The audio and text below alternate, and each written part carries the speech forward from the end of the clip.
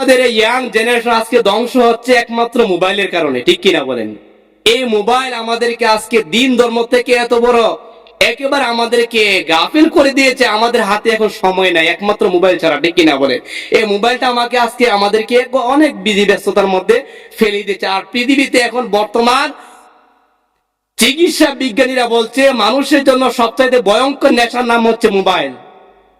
ভয়ঙ্কর নেশার নাম কি বলেন? এই মোবাইল আমাদের সমাজকে আজকে জাহান্নামের দিকে দাঁড়া করে দিয়েছে, ঠিক কিনা বলেন? এই মোবাইল একটি ভয়ঙ্কর একটি নেশা। কারণ হচ্ছে আগেকার সময় আমরা দেখতাম ছোটবেলা যারা নেশাখোর, যারা নেশায় মাদকাসক্তি আসক্ত, তারা হয়তো সাপ্তাহিক দিন অথবা মাসিক দিন নেশা করতো, ঠিক কিনা বলেন? কিন্তু এই মোবাইলের নেশা কিন্তু মানুষের 24টা ঘন্টায় এই মোবাইলের নেশায় মানুষে লিপ্ত, ঠিক কিনা বলেন?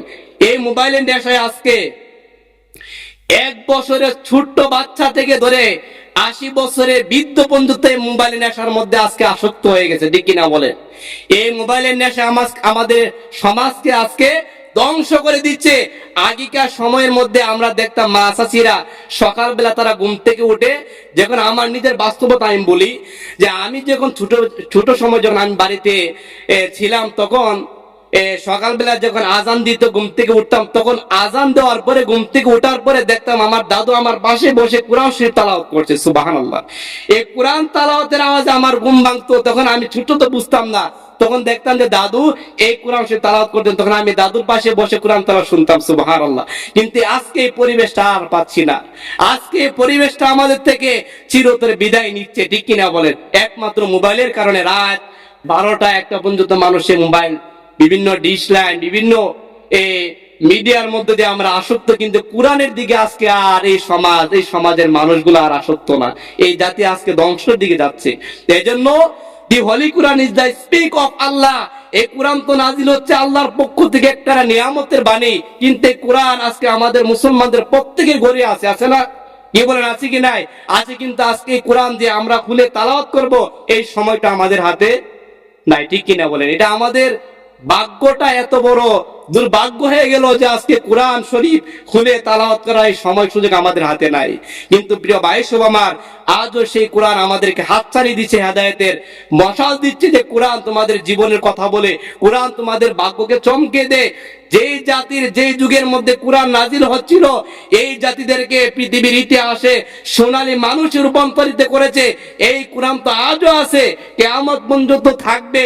এই কোরআন যদি আজও আমরা আমাদের জীবনের বিনিময়ে যদি আমরা কোরআনের মধ্যে আসি, কোরআনের হেদায়েত আমরা গ্রহণ করি, তাহলে আমরা পৃথিবীতে সোনালী মানুষে রূপান্তরিত হব, ঠিক কিনা বলেন? এই জন্য প্রিয় ভাই সমাজ সকলকে আমি আবদার করছি এটাই যে কোরআন আমরা পড়ি এবং কোরআন শিখি, কোরআন থেকে আমরা আমল করার চেষ্টা করি। আমরা নিজেরা কল্যাণকামী হব, আমাদের প্রবীণ প্রজন্ম যারা আসবে তারাও এই কোরআনের বাণী আলোকিত হয়ে তারাও প্রজন্মগুলা কি হবে, পৃথিবীতে তারা সোনালী মানুষ হিসেবে রূপ ধারণ করবে, ঠিক কিনা বলেন? এজন্য এই কোরআন আমাদেরকে আজও হাততালি দিচ্ছে, হেদায়েতের মশাল দিচ্ছে, কিন্তু কোরআন থেকে আমরা আজ দূরে সরে যাচ্ছি, ঠিক কিনা বলেন? এজন্য আমি সকলকে বলবো মেহেরবানি করে এই কোরআনের দিকে আমরা ফিরে আসি, কোরআন শিখি, কোরআন পড়ি, কোরআন দিয়ে আমাদের জীবনটাকে গড়ায়।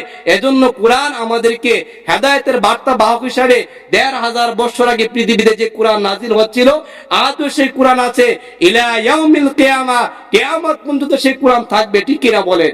কোরআন হচ্ছে পৃথিবীতে একটা গ্রন্থ রয়েছে, এই কোরআন হচ্ছে পৃথিবীর গায়রে মাখলুক। আল্লাহ রাব্বুল আলামিন আকাশ সৃষ্টি করেছেন, এটা আল্লাহ পাকের মাখলুক। জমিন আল্লাহ পাক সৃষ্টি করেছেন, এটা আল্লাহ রাব্বুল আলামিনের মাখলুক। কিন্তু একমাত্র কোরআন আল্লাহ রাব্বুল আলামিন নাজিল করেছেন, কোরআন হচ্ছে গায়রে মাখলুক। হাদিসের মধ্যে আল্লাহর হাবিব বলছেন ইকরাল কোরআন, হে আমার উম্মতেরা ইকরাল কোরআন ফাইন্নাহু ইয়াতি ইয়াউমাল কিয়ামা শাফিয়ান লিআসহাবি। হে আমার উম্মতেরা দুনিয়াতে কোরআন তেলাওয়াত করো, কোরআন তেলাওয়াত করো, কোরআন তেলাওয়াত করো। কারণ হচ্ছে কোরআন তেলাওয়াত যারা দুনিয়াতে করবে, আল্লাহ পাকের এই কোরআন কিয়ামতের দিন তোমাদের জন্য সুপারিশ করবে, সুবহানাল্লাহ। এই কোরআন আল্লাহর হাবিব বলছেন ইকরাল কুরআন, ইকরাল কুরআন, হে আমার উম্মতেরা কুরআন তেলাওয়াত করো, কুরআন তেলাওয়াত করো।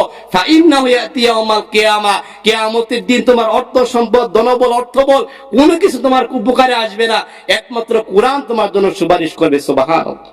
এজন্যই কুরআন আজ আমাদেরকে ডাকছে, হাতছানি দিচ্ছে, আসো তোমার ভাগ্য চমকিয়ে দিবে। এজন্যই কুরআনের দিকে আমাদেরকে আসতে হবে, কুরআন পড়তে হবে, কুরআন শিখতে হবে, কুরআন দিয়ে আমাদের জীবনটাকে গড়তে হবে ইনশাআল্লাহ। আল্লাহ পাক কবুল করুক, আমরা সকলে বলি আমিন।